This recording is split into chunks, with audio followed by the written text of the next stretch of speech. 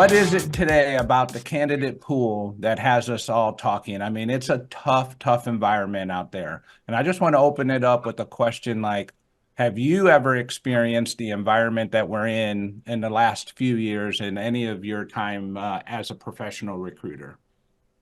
No, I mean, I would say definitely the year before COVID, so 2019, I think is when we really started to feel the competition as an employer, and the ghosting kind of amped up then. And then we had that, year or two during COVID where things were just different in general, and then right back at it. So since 2022, it's been a very, very difficult market to compete in. The economy is strong.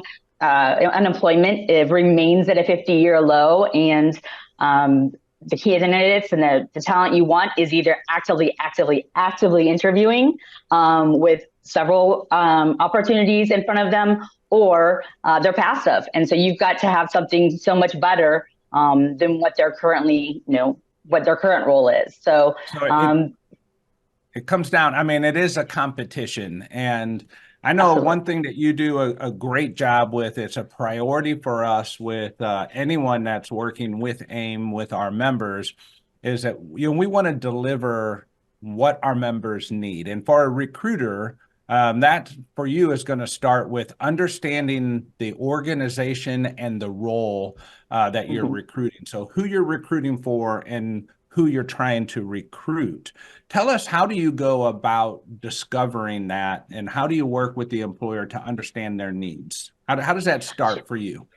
Sure. So typically with a new employer, we'll have two calls. We'll have a discovery call, which is a more general conversation and maybe speaks to one of their needs or more, and just kind of outlines what we can do and how we can support their recruiting and hiring efforts.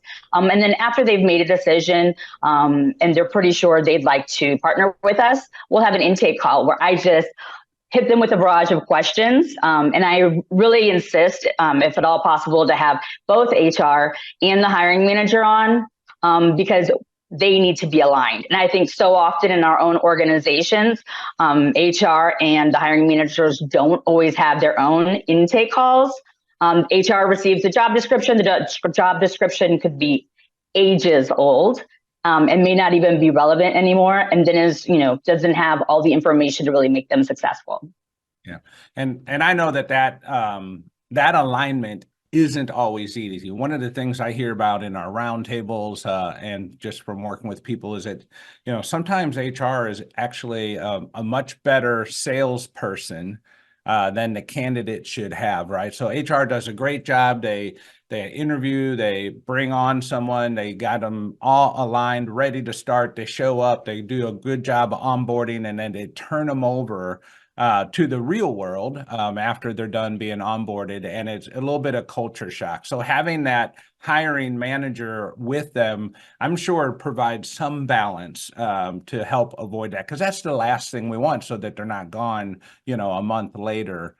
So having that transparency, I know, is what you're really trying to get to, because you're representing not just the company, but you're also representing, you want that candidate to have a good experience so that it leads to more success for that employer later with the people that candidate might know.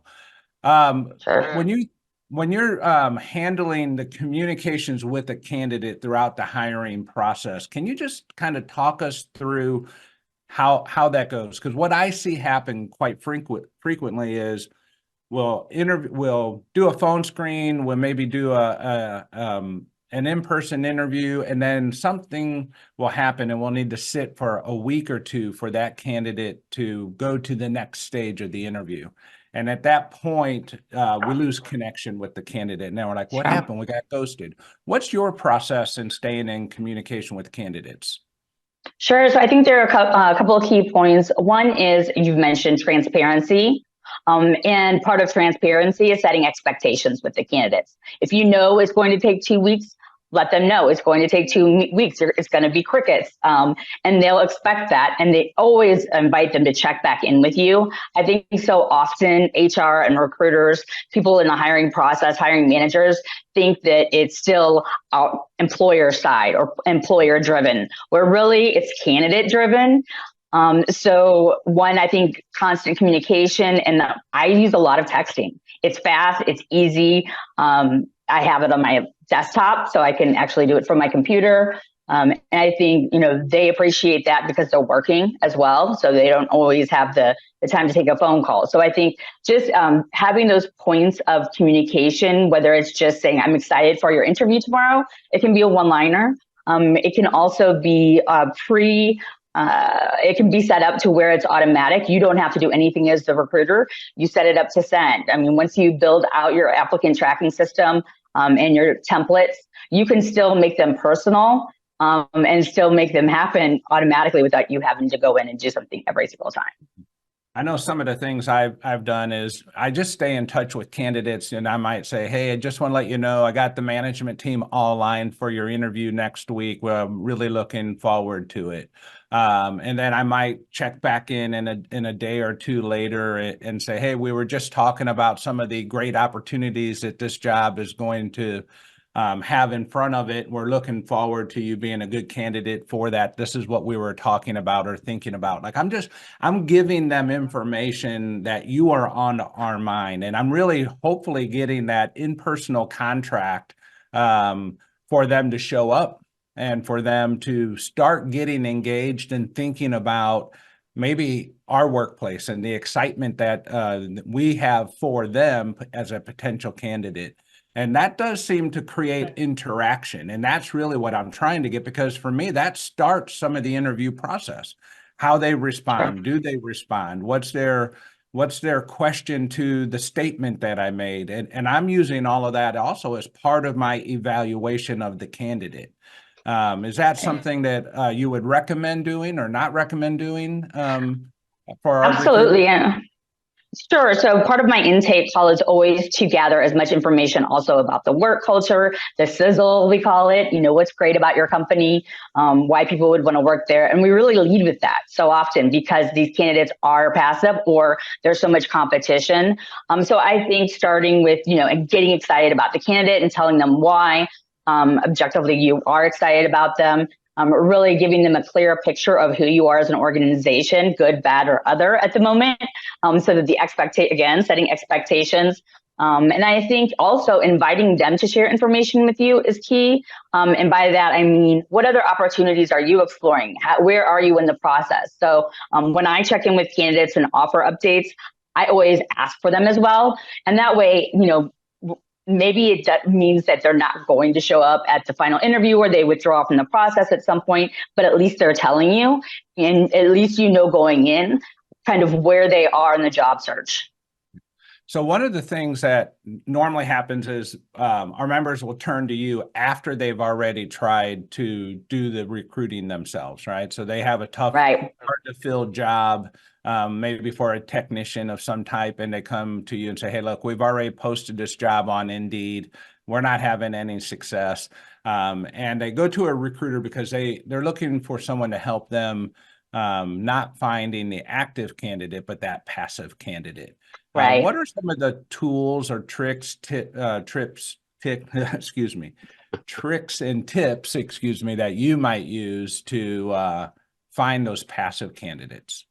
Sure. So one, we are definitely armed with premium subscriptions to LinkedIn. So we have access to every profile. We can in-mail those candidates, and we can easily use I don't know how many, 40 or so search filters and different parameters where we can plug in keywords, search terms, job titles. Are they open to hybrid, remote, everything you could possibly think of? We have a way to really target that talent. And that's why it's so important also for us to gather so much information during the intake call so that we can go out.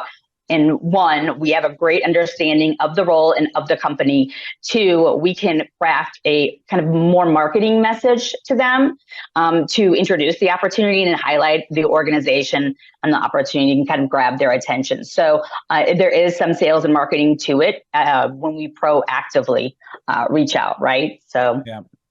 I think, if you recruit and post and pray, you're right. We typically don't post, or we will manage the employer's post while we're also doing those proactive efforts. But I can count on probably one hand how many times last year a candidate came from a post versus us going out and proactively finding, targeting. Yeah, and skill set. That's just what people don't have time to do when they're trying to juggle everything else and manage. Right. All the other problems that come up at work every day and the things that Bert talks about with compliance and everything else. It's just not reasonable to think that a professional has time to spend 8 hours recruiting for one position, to bring that home. Right. And I think that's why people turn to you, and you've had great success. Let's turn our attention real quick to some of our poll results. Nick, anything interesting you want to have us look at? We'll get Jessica's opinion on. Yeah, we have here on our what aspect of your hiring process are you focusing on most in 2024? It's a very tight race, but winning out is streamlining, standardizing, and strengthening your recruiting and interview processes and practices. But I mean, right on its tail is updating the job descriptions, requirements, qualifications, and job talent mapping. And we had a good comment on LinkedIn that also agrees. They say, great point. Both teams need collaboration and updated job descriptions. Yeah, there you go. Jessica, I'm surprised. I mean, investing in new recruiting and candidate tracking resources, tools, and technology. So unless everyone already has what they need, that one surprises me. That just investing in LinkedIn Recruiter is going to be it's a big investment. Not everyone wants to make that investment, but those are the things today that if you do recruiting at any level for any length of time, you're going to need those tools versus just post and pray. What else you have here? Go ahead, Jessica. On that, and I think it's important when we are looking outside of our organization to partner with a staffing or recruiting firm. As employers, we should ask those individuals or those firms what they are using. What are your tools? And because if they're just going to do the exact same thing that you're doing, it's not going to be helpful. So they really need to be armed with those subscriptions and really have a plan in place and an approach in place on how they successfully find that talent for you. All right, so let's look at the word cloud, because that's a lot of fun before we go here. So again, the question was, when I find a candidate is ghosting, I think, and somebody's going frustrated as heck, I think is what that means. Exactly. That's exactly what that says, Phil. Frustrated as heck, jerk, why, loser, unprofessional. Really, I don't know if that's like, really, like why, really? I guess we have why, but I always think it's probably in today's world something we have done as well as employers. It's not, and I feel all those emotions, but I also try to encourage people that, a candidate experience, unless you're doing everything to create the candidate experience, and it is called recruiting, right? There's a courtship in this process that is expected by candidates today, different from, 30 years ago when I was in that space and looking for jobs. There was no courtship necessarily like there is today. Any comments on those comments? Something we don't always think about too is that we could be getting ghosted because we're going after the wrong people as well too, who don't have the interest or the qualifications that we're looking for, even though we didn't pick up on that, Look at you, Nick. Yeah, I can tell. Jessica, can you tell that Nick's wife is a recruiter? Yeah, he's probably got a little headpiece and a little earpiece, and she's feeding him information, but he's right. And I think that's where communication is key. The more you are in communication or talking to the candidate or texting, you can tell the signs of them kind of backing away or not as interested. And like I said, it may not mean that they don't come to the interview, but you'll either kind of be expecting it because you sensed it, or they'll be more inclined to tell you if they talk to you more, especially if you're having an open dialogue about other opportunities. Thank you once again for tuning in to This Week at Work. If you enjoy the show, please share it with your colleagues. Forward our invites. Share the link, aimea.org/thisweekatwork, or follow or subscribe wherever you get your news and entertainment, like LinkedIn, YouTube, Spotify, Apple Podcasts. We're everywhere you are. And you can be part of the show. Send your questions and comments anytime to info@thisweek.work. We'll see you next week, 7:30 a.m. Central Time, when we discuss what's happening this week at work.